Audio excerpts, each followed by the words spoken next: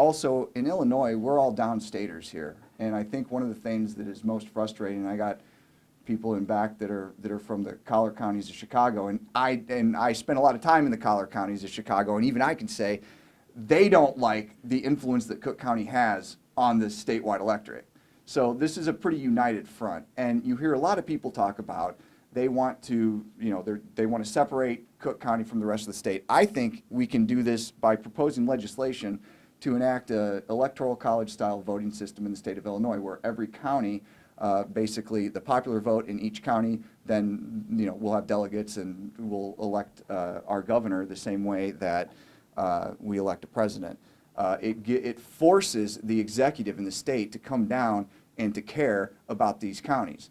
We're here. We've witnessed a pandemic where a governor sat in Chicago worried about what was going on in Cook County, and the numbers don't lie. There was no reason for us to be shut down here as the science stands right now.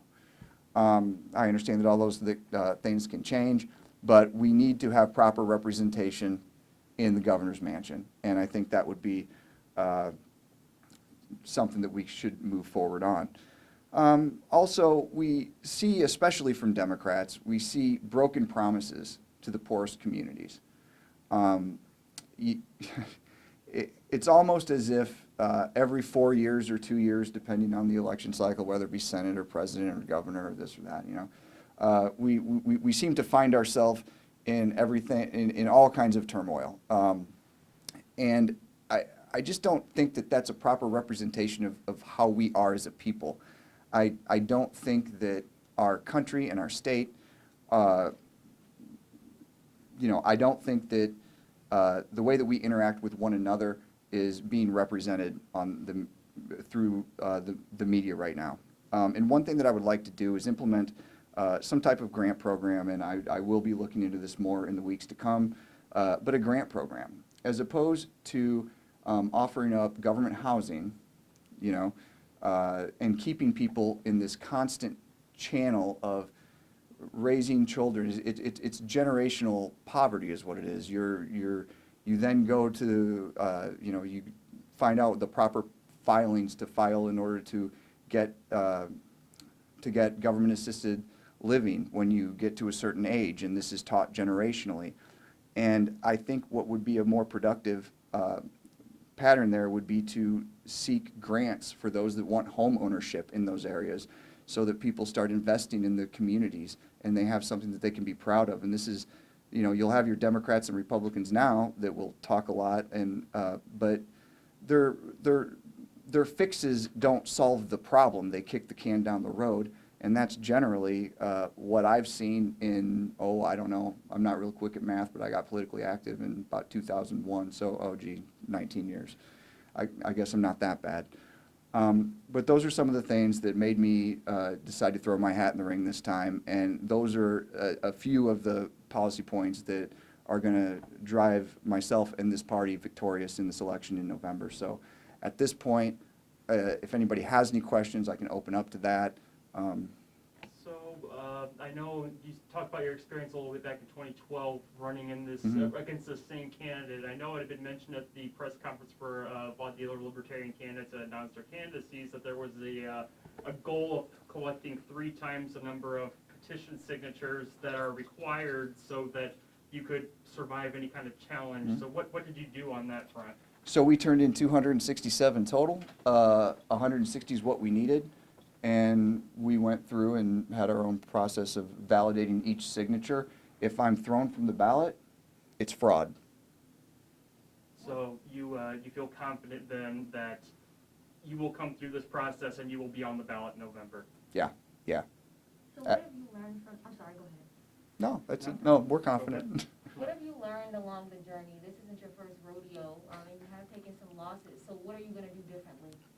Well, the first thing I'm going to do, so the losses that I took, and again, it's kind of why in the beginning of this I was, I don't know, did I run against Jahan or was I thrown off of the ballot? Whatever, I don't know. But what I will say that we did is in 2014 I ran for governor, because that's how you grant ballot access to everybody down ticket. You go for the highest, and then it goes everything below that in the state. in terms of people that can now have access to the ballot, same as the Republicans and Democrats. So that's what we did. I'm proud of that race. We were going to win, or we ran it to win it. And I always said, and I remember like it was yesterday, 6 years ago, we had 3 goals. One of it, obviously, to win. That was a goal. The other one was to get ballot access for the state of Illinois, and the other one was to create such a buzz that the party grew in a way that it never did before. We achieved all but one, and that's winning.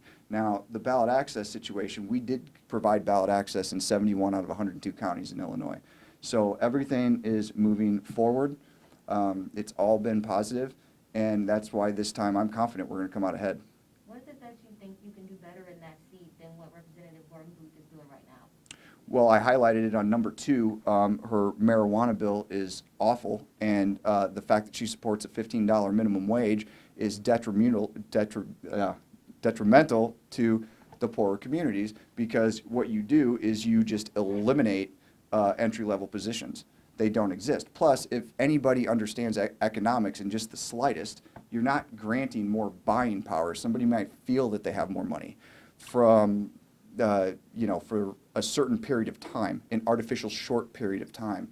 And then once the market adjusts, the prices will inflate. And we've got too many things that already inflate our money. We don't need a minimum wage of $15 an hour to further that rock down the road. And that's an extraordinarily unbusiness-friendly practice. You know, part of what got me to do this, I started off and I said in February you would have never seen me doing this, but I'm an insurance guy, okay, and I've been essential, whatever that means. And I'll be very clear, I don't care what you are, if you're a bartender, if you're a hairdresser, if what you do for a living puts food on your kids' table and your families, you are essential. And this can never, ever happen again. The solution, or I should say, the solution has been greater than the problem, or as far as detrimental to society. I mean, I have clients that will never open their doors again. And we have to make sure that that doesn't happen. And as far as, do I know where she stands on that? Well, I know where she gets her money, and it's from Madigan and Pritzker, and you can simply go Google it and find out yourself.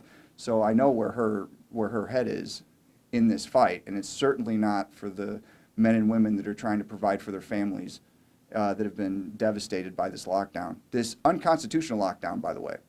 Oh, sorry, go ahead. No, that's it. Oh, I'm sorry, I didn't mean to cut you off. I just want to say, talk about Madigan for a second. We know he's been in the news since last Friday. Wait, what? Yes, yes, yeah. And we know, as far as I'm aware, John Gordon Booth has not yet commented on the situation at all. I just want to give you a chance to put your comment out there, what your take is, and if elected, where would you be? Mike Madigan's been a crook since I've been alive. And anything that gets him out of Springfield and back to, I believe he's from Cicero. Danny, he's Cicero down there or somewhere? Southside somewhere. Yeah, I mean, he needs to just go retire, and let's fix his decades of abuse.